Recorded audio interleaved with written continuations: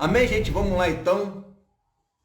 Eu acredito que você está aí no conforto da sua casa, aí no seu lar, né? Como sempre. Então, quero convidar você a estar abrindo aqui a palavra no livro de Filipenses. Tá? No livro de Filipenses é um livro muito interessante. Filipenses capítulo 2. Olha que texto legal, né? Que texto bacana. Esse de Filipenses, ó. Filipenses capítulo 2, vamos falar aqui sobre a humanidade de Jesus, tá? A humanidade de Jesus. Filipenses capítulo 2, a paz, né, do Senhor para quem está chegando. Vamos ver aqui, ó. Filipenses capítulo 2, versículo 5 em diante, diz assim: de sorte que haja em vós o mesmo sentimento que houve também em Cristo Jesus, que haja em vós o mesmo sentimento que houve também em Cristo Jesus. Qual foi o sentimento dele? Que sendo em forma de Deus, não teve por usurpação o ser igual a Deus. Mesmo ele sendo em forma de Deus, qual era a forma de Deus? Qual é a forma de Deus? Deus tem uma forma, né? A forma corpórea dele. Deus, ele é espírito, né? João 4:24, porque Deus é espírito. Então, Jesus, antes de vir à Terra, ele tinha a forma de Deus. Ele era espírito, ele era a palavra, né? Então, ele tinha essa forma corpórea espiritual. Deus é espírito, perfeito? Então, ó, porque sendo em forma de Deus, né, tendo a forma corpórea, né, divina, espírito, ele não usurpou, né, ser igual a Deus. Mesmo assim, ele não era igual a Deus, mas ele tinha uma forma de Deus. Aí é que está a questão, olha que bacana, né? É o versículo 7, ó. O versículo 7 é que a gente vai entender essa humanidade de Jesus. Né? O versículo 7 vai fazer nós entendermos essa humanidade de Jesus. Como que é essa humanidade de Jesus? Ó. Então, antes da sua vinda, ele tinha uma forma corpórea espírito. Beleza, não tem até aqui, ok, a gente sabe que ele era a palavra se fez carne, então ele não tinha carne, ele era espírito, ok? Mas ele aniquilou. O que é aniquilar? Ele se esvaziou. Então ele se esvaziou, ele se aniquilou, ele se esvaziou. Ele se esvaziou-se a si mesmo. Ele se esvaziou-se do quê? Do que ele se esvaziou? Né? Aí que a gente já tem que ver. Porque quando ele vem para cá, para a Terra, ele deixa de ter, por exemplo, ali, ele deixa de ter onipresença, onipotência, presciência, tá? Ele deixa de ter esses poderes aí. Então ele se aniquila. Ele fala, ó, estou entregando aqui agora, na minha descida, eu estou entregando esses poderes aqui. Eu estou entregando a minha onipotência, estou entregando a minha presciência, estou entregando a minha onisciência, estou entregando a minha onipresença, estou entregando, estou depositando aqui. Então ele vem à Terra, ele chega aqui na Terra aniquilado. Qual é a única coisa que ele permanece, que ele não deixa de ter? É a sua eternidade. Por que, Igor, que ele não deixou a sua eternidade? Porque ele se encarnou. Ele saiu de um estado para o outro. Ele deixou um corpo e tomou posse de um outro corpo. Então, ele não nasceu de novo, ou ele reencarnou. Nada disso. Ele simplesmente encarnou. Há uma diferença entre reencarnar, nascer zerado como um ser criado e ser encarnado. O ser que é encarnado, ele sai de um estado e vai para o outro. E foi o que aconteceu com Jesus. Por isso que ele não é um ser criado. Ele é um ser encarnado. Ele é eterno. Miqueias 5:2 vai dizer isso, né? As suas origens vêm desde a eternidade. Ele é eterno. Mas essa eternidade, ele manteve com ele. Os outros 4 atributos, ele se esvaziou. Por isso que o texto vai dizer aqui, versículo 7. Mas aniquilou-se a si mesmo, tomando a forma de servo, fazendo-se semelhante aos homens. Então, aí é que está a grande questão. Deus, ele se fez homem. Deus, ele se fez homem. 100% homem. Homem mesmo. Tá? Em Hebreus vai dizer que Deus não tomou da descendência, né, de anjos, mas tomou de homens, né, de Abraão. Um outro erro muito crasso que eu já vi muitos pastores dizerem é que Jesus, ele não era, olha que absurdo, que Jesus, ele não era primo de João Batista porque Jesus era Deus. Está errado. Está errado. Jesus, ao se fazer homem, ele pega todo o DNA de Maria. Ele se faz realmente, verdadeiramente, absolutamente, 100% um homem sim. Ele é homem sim. Ele tem uma família, ele tem uma mãe, ele tem primos. Ah, porque ele é Deus. Ele é Deus na essência. Ele é Deus porque esse Deus se fez carne, mas a partir do momento em que ele está neste mundo, ele passa a fazer parte da família daqui da terra. Ele passa a fazer parte desta família terrena. Porque se não for assim, se alguém chegar e dizer, não, Jesus não era homem, né? Jesus ele só teve o corpo de homem, mas ele não teve nenhum parentesco humano. Se você pensar dessa forma, queridos pastores, se vocês pensarem assim, então Jesus ele não é da descendência de Davi. E se ele não é da descendência de Davi, ele então não cumpre nele as profecias. Não cumpre em Jesus as profecias. Jesus não é filho de Davi. Jesus não é da descendência de Davi. Então, uma coisa que a gente precisa ter em mente é que quando Jesus ele veio para a terra, ele deixou de lado os seus poderes, sim. E você vai me perguntar, bom, mas e como que Jesus então, ele tinha nele o conhecer? Porque fala claramente que ele era um profeta, ele conhecia, ele tinha a palavra de conhecimento ali para aquela mulher que era que foi lá buscar, né, a água lá e ele sabia quem ela era. A mulher que tinha 5 maridos e também sabia quem ela era. O Simão, né, o sacerdote ali, o fariseu, me dizendo, Jesus sabia o que passava no coração dele. Como que é isso?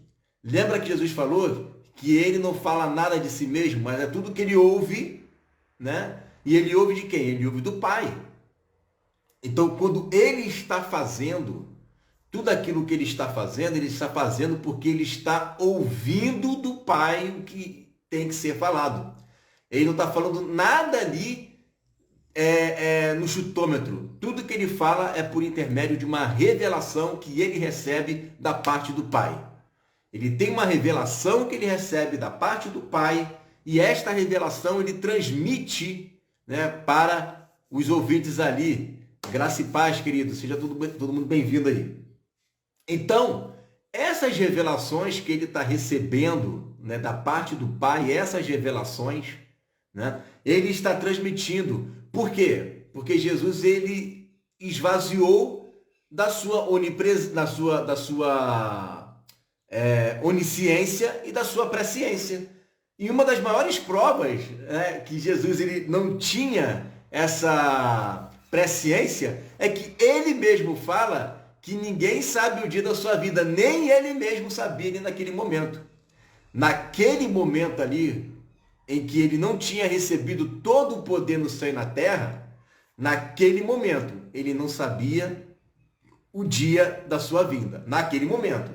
Mas depois que ele morre e ressuscita, ele então fica ali sabendo da sua vida, porque todo o poder lhe foi depositado no céu e na terra. Todo o poder lhe foi depositado no céu e na terra. Muito bem. Jesus, então, ele passa a fazer parte da humanidade entrando no ventre de Maria. Você vai me perguntar assim, bom, se ele nasceu do ventre de Maria, então Jesus, por que Jesus não teve pecado? Porque Maria era uma mulher pecadora. Por que Jesus não teve pecado, então? Qual é a resposta que a gente tem? Né? A gente está colocando aqui o nascimento de Jesus, Jesus sendo homem, né? Jesus sendo homem. Como que é essa humanidade de Jesus aqui? Por que Jesus não teve pecado por ter nascido, né, do ventre de uma pecadora, né? Exatamente, Gisete, né? Lucas 2,52, esse texto aí, ó. Jesus crescia em conhecimento, em graça. Se ele cresceu em conhecimento é porque ele já não tinha todo esse conhecimento. Ele precisou adquirir conhecimento. Perfeito esse texto aí, Gisete. Legal. Por que Jesus, então, ele não teve, né, pecado se ele nasceu de uma mulher pecadora? Grande questão essa, né? Por que não? A gente tem que voltar lá para o Éden. Né? Vamos ter que voltar lá para o Éden para a gente poder entender essa questão de por que Jesus, tendo nascido de uma pecadora, ele não teve pecado. Vamos voltar lá para o Éden. Lá no Éden, a Eva, ela pecou ao comer do fruto, do conhecimento do bem e do mal. Mas por que o pecado não veio através de Eva? Ela foi enganada, mas o pecado entrou no mundo através de um homem. O pecado entrou no mundo através de um homem, mas não foi através de Eva.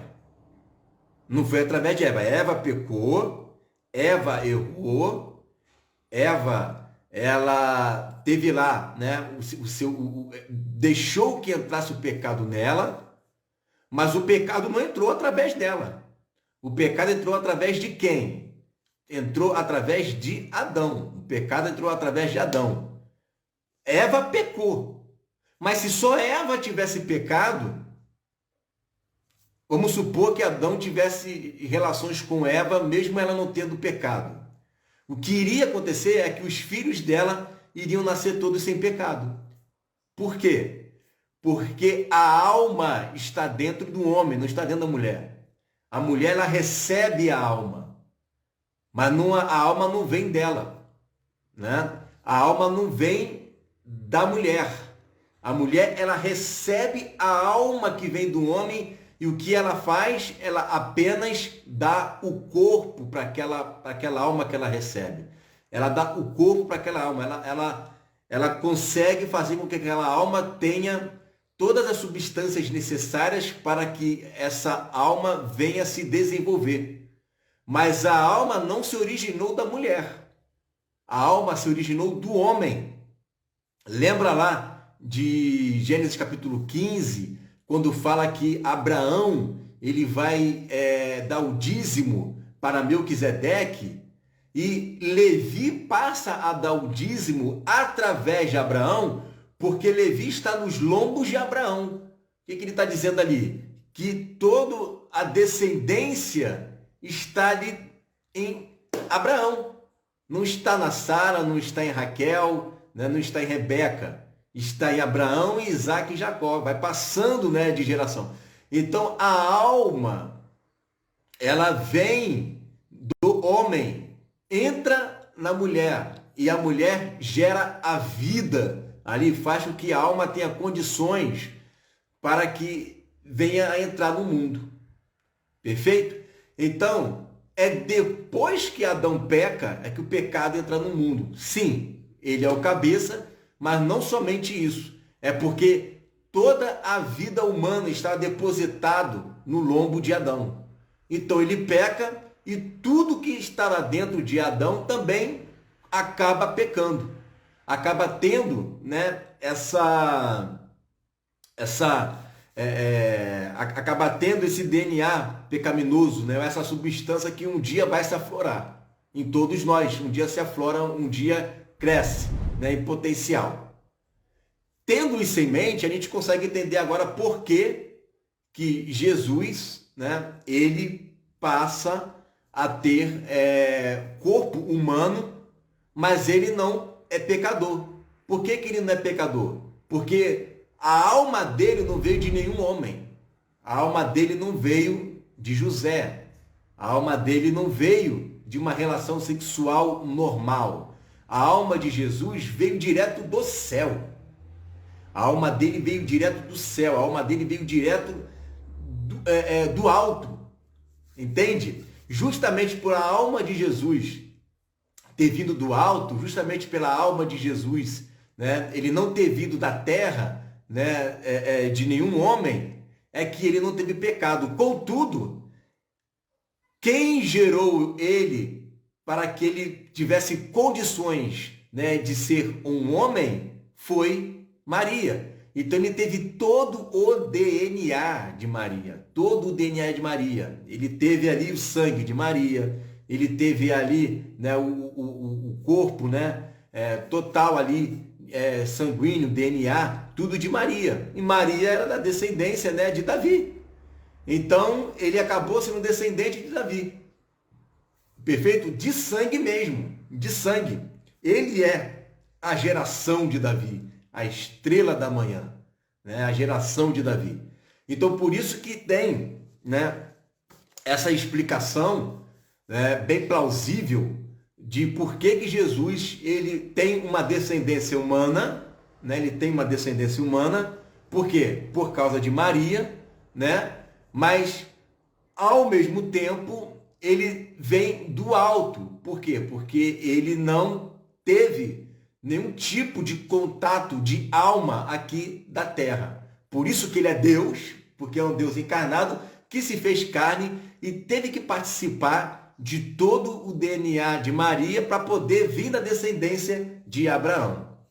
Que bonito isso. Então ele consegue coadunar essas duas coisas. Ele consegue coadunar tanto a sua natureza divina quanto a sua natureza humana, não pecadora. Nunca, Jesus nunca pecou. Tanto é que ele fala, né? O diabo nada tem em mim. Ele nunca pecou, mas ele teve todo o DNA humano, todo. Então, quando Jesus ele anda, né, por sobre as águas, não é o Deus ali que está andando por sobre as águas, é o Jesus homem que está tendo fé suficiente para andar por sobre as águas. Tanto é que ele convidou Pedro a andar com ele. Ele convidou. Eu posso ir contigo? Vem, bora, vamos passear aqui na água. Por quê? Porque isso não tem a ver com ser Deus. Isso tem a ver com ter fé, né? Tem a ver com ter fé. Exatamente, né? Por isso Adão foi formado pelas mãos de Deus. Né? Adão foi formado pelas mãos de Deus. Adão, né, quando vai falar da genealogia das pessoas ali, né, vem dizendo, né, e Adão de Deus. Adão veio direto de Deus. E Jesus também, ele vem do alto. Ele falou, eu sou do alto, vocês são daqui da terra. Né? Então, eu vim do alto, eu vim de cima. Né? Jesus, ele veio gerado pelo Espírito Santo. Né? E essa alma, que agora não é mais forma espírito, né? Essa alma agora, ele passa a ter carne, por causa de Maria. Maria dá condições a ele para que ele venha a ter carne. Então, toda a carne que ele tem, né, as dores, os nervos, estômago, tudo isso, né, foi proveniente por conta da bênção, né, que a Maria teve de cuidar, essa graça que ela teve de cuidar de Jesus, né, o que o Salvador, o Deus Todo-Poderoso, que agora, por um momento, ele não é todo-poderoso. Né? Lembra-se que ele se esvaziou, né? Ele se aniquilou. Ele agora não está mais naquela condição. Ele agora está vazio. A única coisa que ele tem nele, por causa da encarnação, é a eternidade, porque a linha veio contínua, né, lá do céu. Ele tem essa eternidade. Por isso que ele fala em João capítulo 8, antes de Abraão existir, eu sou. Antes de Abraão existir, eu sou. Aí, como é que você não tem nem 30 anos, né? Você não tem nem 50 anos, perdão. Você não tem nem 50 anos, né? E está dizendo aí que você estava lá com Abraão. Por que ele falou isso? Porque realmente era ele que estava lá, né? Não houve uma reencarnação, era ele, era a pessoa de Jesus que outrora estava lá conversando com Abraão. A gente já conhece muito esse texto, né? Ele vai lá, vai ter com Abraão e tal. Por quê? Porque ele, né, antes era espírito e passava a se comunicar com os homens, né, através de diversas formas. Através de anjos do Senhor, através, né, de um príncipe do exército do Senhor, né? São as formas em que o Filho se comunicava com a humanidade. É o que Hebreus fala. Deus nos falou de diversas formas, né? Mas nesses últimos tempos ele falou através do seu Filho, né? Então agora, através do Filho, né, ele passa a se comunicar conosco. A concepção dele foi um milagre. Foi um milagre porque não houve uma relação sexual ali, não existiu uma relação sexual, né? Era realmente uma virgem mesmo, né? Uma virgem. E isso para se cumprir o que está lá em Isaías capítulo 9, né? Deus iria nos dar um sinal, né? Deus iria nos dar um sinal. Que sinal? De uma virgem. Os judeus não acreditam nisso, né? Os judeus, eles acreditam que que é impossível isso acontecer, porque sinal ali, aliás, virgem ali é donzela, poderia ser com qualquer um. Agora eu faço uma pergunta. E eis que eu vos dou um sinal, né? Eu vou dar para vocês um sinal. Uma virgem conceberá. Pô, isso é sinal? O que mais tem se ele disser que é donzela, né? Não dizer que é virgem, dizer que é donzela, que é uma mulher jovem, né? Isso é sinal de onde? Todas as jovens, muitas jovens têm filhos, né? Desde quando isso é um sinal? Né? Ó, eu vou te dar um sinal. Uma mulher vai ter um filho. Oh, que sinal, hein? Bacana. Né? Então vai estar nascendo milhões de filhos de Deus por aí. Né? O único sinal que cabe para mim como algo extraordinário é uma virgem tendo um filho. Uma virgem tendo um filho é um sinal.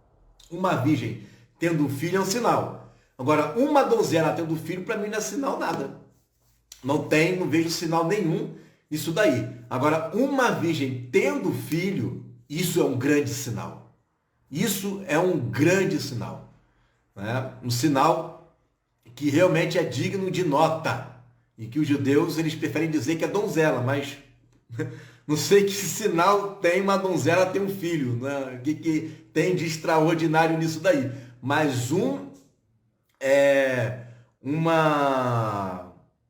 uma virgem ter um filho, isto para mim é um grande sinal. Isso para mim é um grande sinal, certo? Bem, então, passando por essa etapa, nós vemos que Jesus, ele é 100% homem, né? E as pessoas me perguntam, olha as nomenclaturas, né? Olha as nomenclaturas. Jesus, ele é 100% Deus, né? Jesus, ele é 100% Deus. Aí foi o que eu perguntei, que você tem que entender, é que quando você fala essa palavra 100% Deus, que 100% Deus é esse? Porque 100% é ele ser Deus o Todo-Poderoso. Isto para mim é 100%. Agora quando você tira a palavra 100% Deus e coloca 100% divino, aí já é outro papo. Aí já é outro papo. Porque como que ele é 100% todo-poderoso, né? Se ele precisou aprender? Né? A Bíblia fala em Hebreus capítulo 5, que ele precisou aprender a obedecer. Né? Creio que a concepção dele não tenha sido milagre, sim um propósito de Deus, mas para nós foi um milagre, a sua vinda, porque estávamos perdidos. Né? Eu creio que são os dois, né? O propósito é um milagre, né? Eu creio que foram os dois, né? E para nós foi um milagre, para Deus não tem milagre, né? Para Deus não tem milagre porque para Deus isso é supernatural para Deus, né?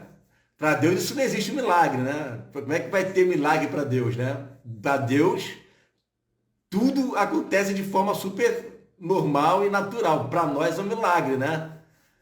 Por exemplo, o milagre dos pães e dos peixes. Para nós é um milagre, para Deus não. Claro que para Deus não, né? Para Deus a gente está falando para nós, porque ele está falando para homens ali, né? Agora para Deus é até brincadeira falar isso. Não, Deus, faz um milagre aí. Para nós é um milagre, para Deus não, né?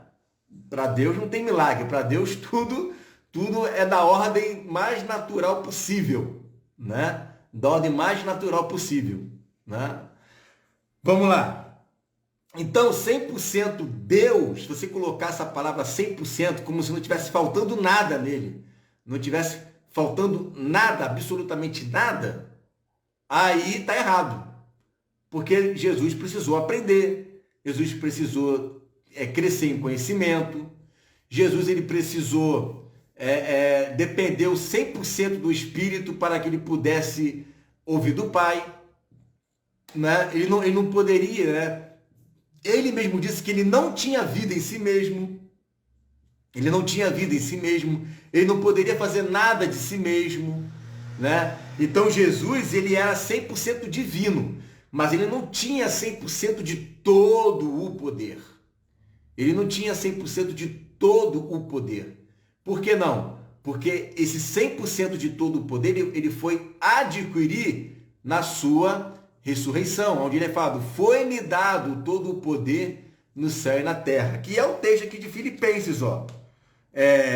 E achado na forma de homem, humilhou-se a si mesmo, sendo obediente até a morte e morte de cruz.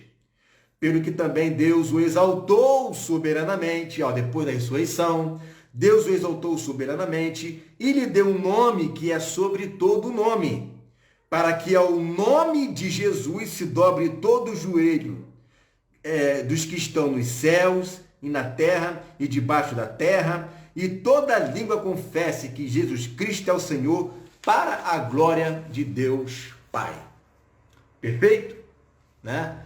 Então, Jesus, né, ele está agora, depois dele ter sido morto e ressuscitado, na qualidade de um 100% Deus. Mas enquanto homem, eu prefiro, para melhor entendimento, chamar ele de 100% divino. Por quê? Porque ele falta ali atributos que ele deixou de lado. Então, ó, por isso o Filho de Deus é 100% divino, por sua essência, ele é o Logos, é a palavra co-criadora de todas as coisas, se esvaziou, mas ao mesmo tempo ele é 100% homem. Tá? Ele é 100% homem. Aqui em Hebreus, vai dizer o seguinte, ó. Aqui em Hebreus, no capítulo 2, Hebreus capítulo 2, versículo 2,14, ó. Hebreus 2,14 vai dizer assim, tá? Ó, Hebreus 2,14, muito interessante esse texto, ó. E visto como os filhos participam da carne e do sangue, também ele participou das mesmas coisas, para que pela morte aniquilasse o que tinha o império da morte, isto é, o diabo. Então, né, como os filhos participam da carne e do sangue, né, como os filhos participam da carne e do sangue, ele também participou das mesmas coisas. Né? O que ele participou? Né? Ele participou também da carne e do sangue. E isso é importante porque dentro do gnosticismo vai dizer que Jesus ele não tinha carne, não tinha sangue. Por isso que João vai escrever aquela carta que o que nossos olhos viram, nossas mãos palparam, né? Nossas mãos palparam. Então, ele participou sim da carne e do sangue. Versículo 15. E livrasse todos os que com medo da morte estavam por toda a vida sujeitos à servidão. Então, se Jesus ele não morre, o diabo ele ainda teria o império da morte e todos nós ficaremos para sempre debaixo dessa servidão. Porque, na verdade, ele não tomou os anjos, mas tomou a descendência de Abraão. Olha aí que interessante, né? Então, Deus não tomou da descendência de anjos. Deus tomou da descendência de Abraão. Pelo que convinha que em tudo fosse semelhante aos irmãos. Olha, ele nos chama de irmãos, né? Então, Jesus, gente, de fato e de verdade, ele é o nosso irmão. É que nós vemos Jesus como sendo, não, ele é Deus, ele é co-criador de todas as coisas, ele é a palavra. Sim, sim, sim, ele é. Sim, sim, sim, ele é co-criador. Sim, sim, sim, ele é o Deus Todo-Poderoso. Sim, ele é o Deus Eterno. Só que ele entrou em uma condição, a partir do momento que ele veio para a Terra, em uma condição que nunca mais ele vai poder deixar de ter. Que é o quê? Corpo humano. Nunca mais ele vai poder deixar de ter. Para sempre, ele será um ser humano. Há um só mediador entre Deus e os homens, Jesus Cristo, o homem. Ele nunca mais vai deixar de ter essa condição. Ele deixou de ser espírito, uma palavra espírito, se tornou homem, mas agora ele não tem mais como voltar a ser espírito de novo. Já é impossível ele voltar a ser espírito, não tem como. Essa condição que ele passou a ter de ser homem vai ser perene, vai ser para toda a eternidade.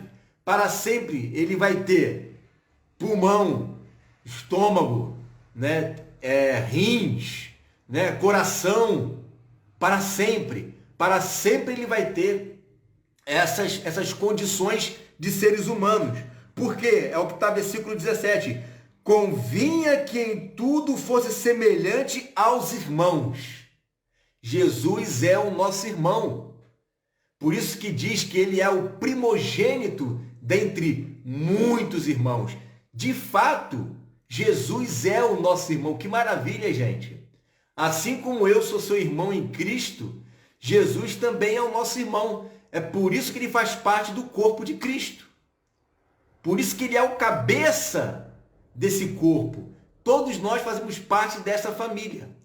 Todos nós fazemos parte dessa família cujo cabeça é Jesus, é o chefe, é o kefalé, né? É o que está ali encabeçando. Então, essa é uma condição que Jesus entrou e nunca mais ele vai deixar de ter, que é Jesus o homem. Quando ele ressuscita, ele já ressuscita da mesma forma como ele morreu, ou seja, olha ali, ó, mão furada, o lado dele estava ali ferido, né? Ou seja, comendo peixe, é um ser humano, né? Isto é um ser humano, Jesus é um ser humano, só que ele é um ser humano glorificado, e agora não apenas glorificado, está depositado sobre ele todo o poder. Ele agora, hoje, ele é presciente, ele é onisciente, ele é onipotente, ele é onipresente e ele é eterno. 5 atributos exclusivos da divindade está sobre Jesus, está sobre ele. Ele é Deus o Todo-Poderoso, ele é adorado. É por isso que lá em Apocalipse você vê adoração o tempo inteiro, né? Quando eles olham para Jesus, né? Você vê uma adoração, olha aqui, ó, diante dele, ó, olha o que diz aqui Apocalipse 5:8.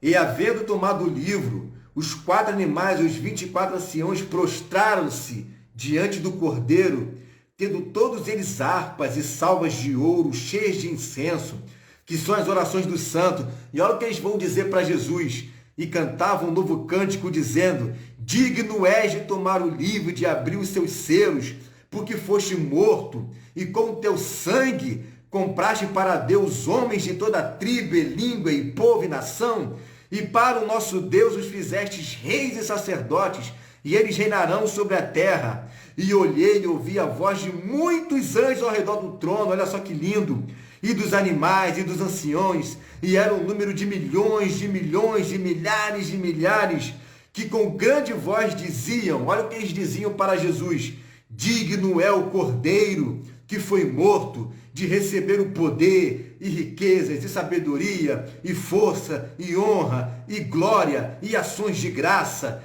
E ouvi toda criatura que está nos céus e na terra e debaixo da terra e que está no mar, e de todas as coisas que neles há, a dizer ao que está sentado sobre o trono e ao Cordeiro, sejam dadas ações de graças e honra e glória e poder para todo sempre. E os 4 animais diziam, amém. E os 24 anciões prostraram-se e adoraram ao que vive para todo sempre. Aleluia!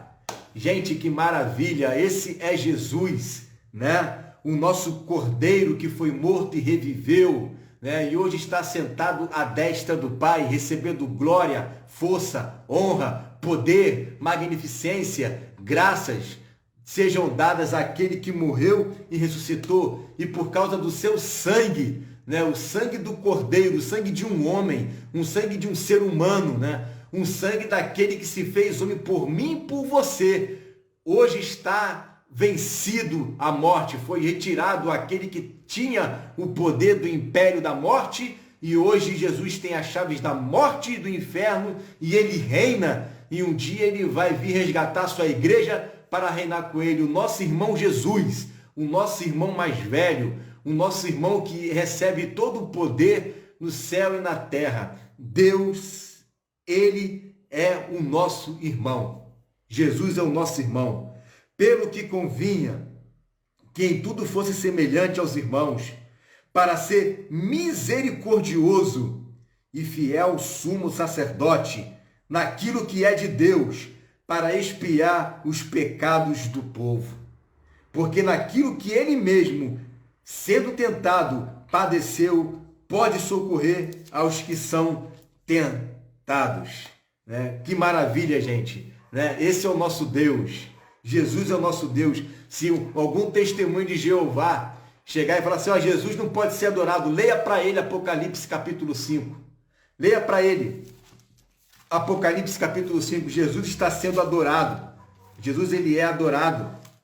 A ele toda a honra, toda a glória, todo o poder, toda a magnificência, toda a riqueza, sabedoria, força, glória e ações de graças, né? Seja para ele, para todo sempre. Para Jesus, para todo sempre. Ele é o Deus que se fez homem por amor a mim e a você, para tirar do diabo o império da morte, né? E através desse poder, ele nos dá gratuitamente a salvação.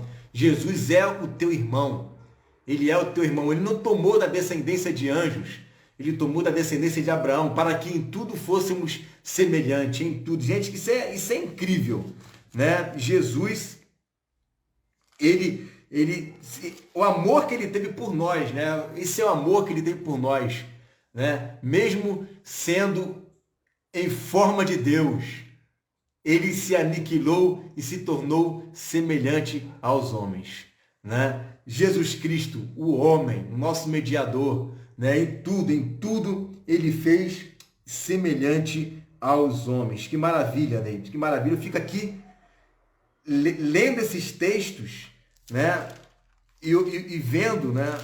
Como que Deus ele é poderoso, como que ele nos ama, né? E Hebreus 4, versículo 14 diz assim, ó: visto que temos um grande sumo sacerdote, Jesus, Filho de Deus, que penetrou nos céus, retenhamos firmemente a nossa confissão, porque não temos um sumo sacerdote que não possa compadecer-se das nossas fraquezas, porém um que como nós, em tudo foi pecado, em tudo foi tentado, mas sem pecado. Um que como nós em tudo foi tentado, mas sem pecado, né? Que em tudo tudo como nós foi tentado, só que sem pecado, sem pecado. Cheguemos, pois, com confiança ao trono da graça, para que possamos alcançar misericórdia e achar graça, a fim de sermos ajudados em tempo oportuno. Né? Então você veja que Jesus, ele sabe das nossas necessidades, ele sabe o que é passar necessidade, ele sabe o que é passar fome, ele sabe o que é cansar, ele sabe o que é trabalhar, ele sabe o que é suar. Gente, Jesus ele é tão humano, mas tão humano que lá em Lucas diz que ele suou gotas de sangue, gotas grossas, gotas grandes de sangue. Você sabe o que Jesus teve naquele momento ali, que ele começa a suar gotas de sangue? Isso a ciência chama de hermatidrose. Sabe o que é hermatidrose? É quando a pessoa ela está num nível de estresse muito alto. Não pensa que Jesus ele estava indo lá para a cruz, né? Todo felizão, né? Caraca, eu vou morrer. Jesus ele fala, Senhor, se possível, passa de mim esse cálice. Era um momento em que a carne de Jesus estava dizendo, não vai morrer. Né? Jesus ele estava sentindo ali, o que é uma hermatidrose, gente? É quando a pessoa, quem sente isso, né? Quais são as pessoas que geralmente têm esse tipo de sentimento? Pessoas que estão no corredor da morte.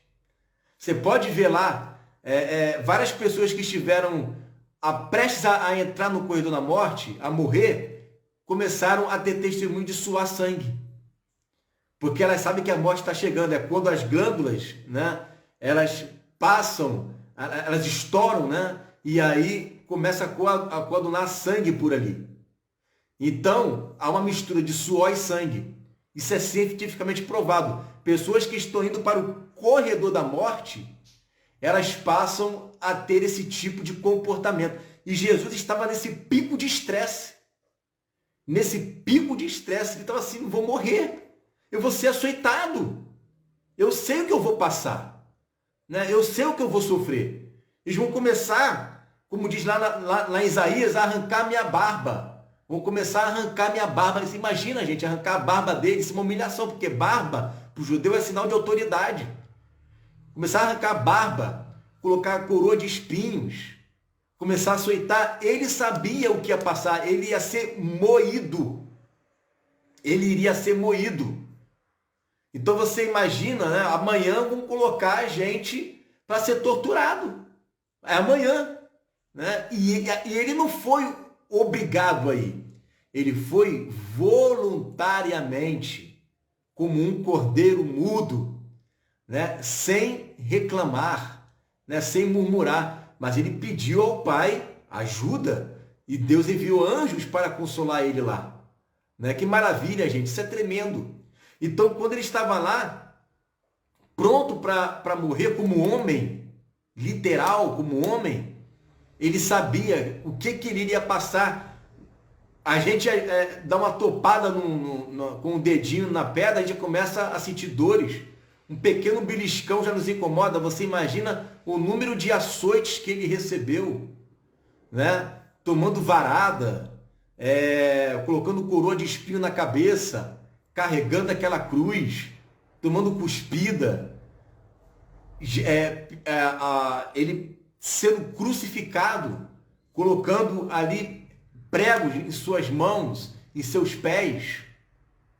Gente, né? É um ser humano e em nada ele reclamou e em nada ele murmurou. Estava sempre rogando ao Pai que o ajudasse a ele. E no momento de mais solidão, ele mesmo assim, ele não reclama, mas ele faz uma pergunta, né? Deus meu, por que me desamparaste? Mas ele não é uma reclamação, mas é uma pergunta que ele faz, né? Esse é o Jesus que se fez homem por mim e por você. Esse é o Jesus, né, que se fez homem, que se fez carne, é o Jesus humano, 100% humano, que precisou passar por todas essas experiências que ele passou para que hoje nós estivéssemos aqui. E hoje nós recebemos do seu Espírito, né? Hoje recebemos do Espírito dele. Né? É por isso que quando Hebreus fala, vem cá, vocês estão passando aí pela prova, vocês nem desmaiaram, nem chegaram ao sangue ainda. Né? Ou seja, a gente não chegou a passar o que Jesus passou e às vezes a gente reclama tanto. Né? Mas Deus, ele conhece a nossa estrutura, né? Ele sabe que somos pó.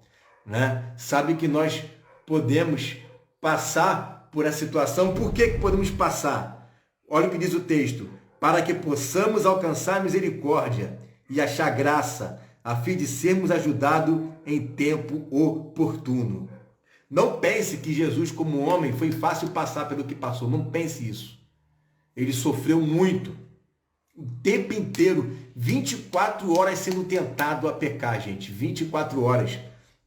Em Hebreus capítulo 5, versículo 7 diz assim, ó, o qual, nos dias da sua carne, oferecendo com grande clamor e lágrimas, orações e súplicas ao que o podia livrar da morte, foi ouvido quanto ao que temia. Não conseguindo fazer aquilo que o pai queria que ele fizesse. Né? E aí diz, no momento em que ele estava se sentindo tentado a pecar, ele começava a oferecer grande clamor. Começava a clamar ao Pai. E não apenas um clamor, mas ele começava a chorar, né? A clamar com lágrimas, falando com orações e muitas súplicas, pedindo ao Pai que o livrasse dessa tentação. Você veja como que Jesus ele poderia pecar. Jesus ele poderia pecar, gente. Se ele peca, já era. E ele sabendo disso, dessa responsabilidade que ele tinha de toda a humanidade estar dependendo dele. Ele começa então, Pai, me ajuda a não pecar, eu não quero pecar, eu não quero errar, eu não quero pecar. E ele começava a clamar. Você sabe que clamar é falar alto. É você começar a falar com voz como se estivesse gritando, né? Gritando. Ele gritava. Creio eu que ele ia para o monte. Muitas das vezes ele ia sempre no monte para poder ficar lá sozinho com o Pai. Ele começava a gritar, Pai, me ajuda, não quero pecar. E começava a chorar por causa das tentações que ele sofria. Então você imagina 33 anos aqui na Terra. 33 anos aqui na Terra lutando para não pecar. A gente fica uma outra tentação aqui e a gente cede. Agora você imagina 33 anos, gente. O diabo tentando. Não pensa que foi fácil, não. Não pensa que foi mole. Não pensa que foi uma coisa assim, Jesus venceu a morte. Sim, ele venceu, mas isso não foi uma tarefa fácil. Isso foi uma tarefa dificílima. Está aqui o texto, ó. Ele clamava para que o Senhor livrasse ele da morte, para que o Pai livrasse ele. Ele chorava.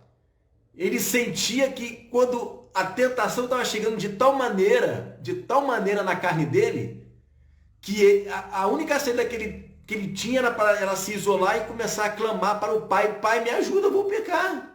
Se eu pecar, já era. Se eu pecar, já era, me ajuda. E começava a chorar, a clamar. E foi ouvido. Diz o texto, ó. Foi ouvido quanto ao que temia. Então o Pai, ele atendia e o livrava da tentação. E o livrava da tentação porque ele temia pecar. Ele temia pecar. E no versículo 8 vai dizer assim, ó, ainda que era filho, aprendeu a obediência por aquilo que sofreu. Então, Jesus sofria. Ele sofria. Por que ele sofria? Ele sofria porque não é fácil vencer tentação. Não é fácil. Ele tinha prazer em obedecer ao Senhor. Ele tinha prazer em obedecer ao Pai. Ele tinha prazer nos mandamentos do Senhor. Mas a carne gritava para ele pecar. A carne gritava para ele pecar. E tendo sido aperfeiçoado, veio a ser a causa da eterna salvação para todos os que lhe obedecem. Todos os que lhe obedecem. Que interessante. Que interessante. Adão pecou no Éden, perfeito. Jesus não pecou no mundo, já corrompido pelo pecado.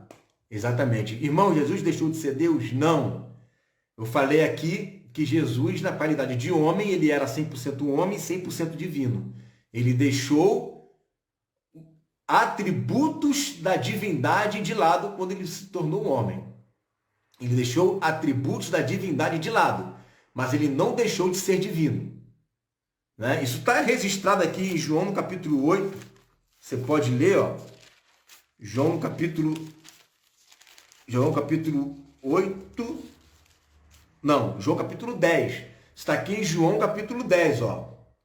Ele vai dizer aqui, João capítulo 10, no versículo 30 em diante, ó.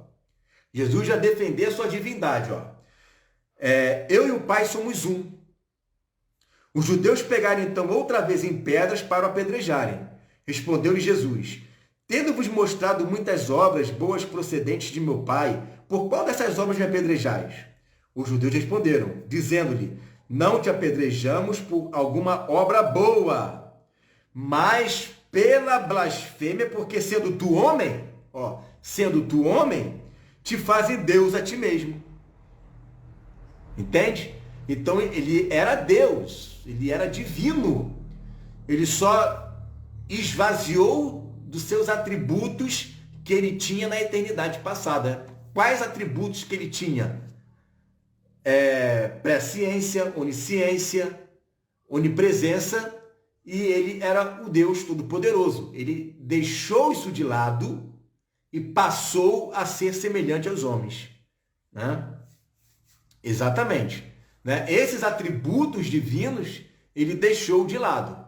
Tá? E agora ele passou a ficar 100% dependente do Espírito do Pai nele, para que ele pudesse nos ensinar a como ser seres humanos aqui na Terra. Né? Porque se Jesus ele não perde os seus atributos, ele mantém os seus atributos, gente, aí como que faz? Né? Um Deus todo-poderoso, né? É muito fácil. Aí eu não preciso de ter fé. Basta eu fazer as coisas pelo poder que eu já tenho. Né? Basta eu fazer as coisas pelo poder que eu já tenho. Eu já tenho esse poder, já está disponível para mim. Eu chego lá e faço. Né? Aí é muito fácil isso daí. Então agora o que a gente entende é o quê? É que Jesus, ele tinha os atributos, esses atributos ele deixa de lado. O que mantém ele ali é a eternidade, tá? Ele mantém a eternidade, né? Depois que ele morre e ressuscita, o Pai lhe dá novamente, né, outra vez os seus atributos, devolve para Jesus os seus atributos. Agora Jesus, mesmo sendo homem, que ele não perde a sua essência de homem, mesmo sendo homem, ele continua agora, hoje, né, sendo o Deus Todo-Poderoso. Mas é um homem, ele continua sendo homem, Jesus Cristo um homem. Ele nunca mais vai deixar de ter esse atributo, né, de ser humano, de ser homem. Só que agora é um homem glorificado. Tá? Então essa foi a nossa primeira lição de hoje. Né? Jesus o Filho do Homem, Jesus, o Filho do Homem, a nossa primeira lição, tá? A gente está aqui com 57 minutos de aula. Alguém quer fazer uma pergunta antes que a gente finalize aqui? Semana que vem a gente volta de novo com a nossa aula, com mais uma matéria. Alguém quer falar? Quer fazer alguma pergunta? Eu vou deixar gravado aqui, nessa aula, vai ficar aqui no Instagram, e aí depois eu vou pegar o vídeo, eu vou salvar ele e vou jogar lá no YouTube. Tá? Mas foi bem bacana, né? Eu acho que pro nosso primeiro dia, a gente ficou aí entre 27 e 28, né? 27 e 28 pessoas, né? Ficou bem bacana. A gente vai, daqui a pouco o pessoal vai se acostumando e acaba vindo depois mais gente para cá, né? Mas é isso daí, gente. Ó, 1 hora, né? 1 hora aí de aula, né? Anotar os textos, né? Ficou bem bacana, deu para a gente entender a aula de hoje, Jesus sendo homem. Lembro os textos bem tranquilos, né? Então, ficou show de bola, né? Ficou show de bola. Mais tarde, a gente vai ter a nossa live, tá? Eu vou escolher o tema para daqui a pouco, lá no YouTube. Deixa eu ver aqui. É pecado não reconhecer Jesus como Deus? Pecado gravíssimo. Pecado gravíssimo. Não reconhecer Jesus como Deus é você não reconhecer Ele como seu Salvador. Porque só quem salva é Deus. Não é isso? Não é o que falaram para Jesus, né? Que quem é que pode perdoar pecados, senão Deus? Só Deus pode perdoar pecados. Aí ele fala, e para que você saiba que o Filho do Homem tem essa autoridade também, perdoados estão os seus pecados. Por quê? Porque Jesus é Deus, né? Essa aula de hoje, né, com certeza, é uma blasfêmia, isso é heresia, isso aí perde salvação, cara.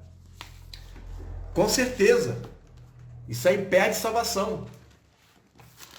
Eu não tenho dúvida nenhuma sobre isso.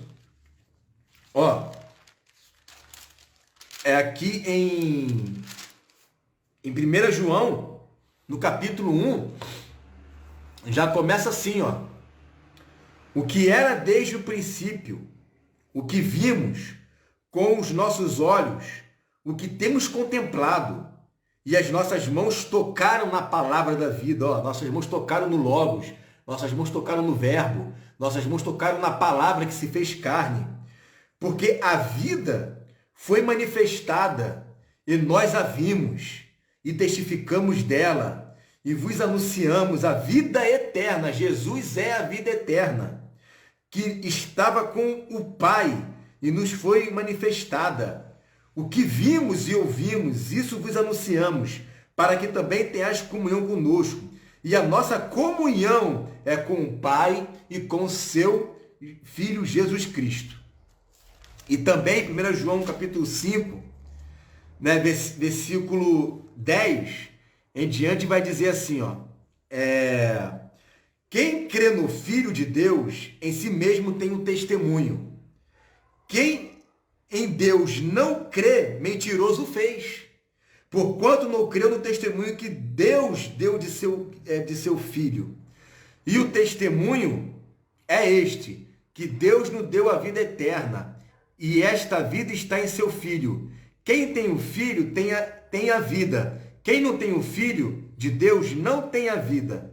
E nessas coisas vos escrevi, para que saibais que tendes a vida eterna, e para que creais no nome do Filho de Deus. Versículo 20. E sabemos que já o Filho de Deus é vindo, e nos deu entendimento para conhecermos o que é verdadeiro. E no que é verdadeiro estamos, isto é, em seu Filho Jesus Cristo. Ó, em seu Filho Jesus Cristo. Este é o verdadeiro Deus e a vida eterna.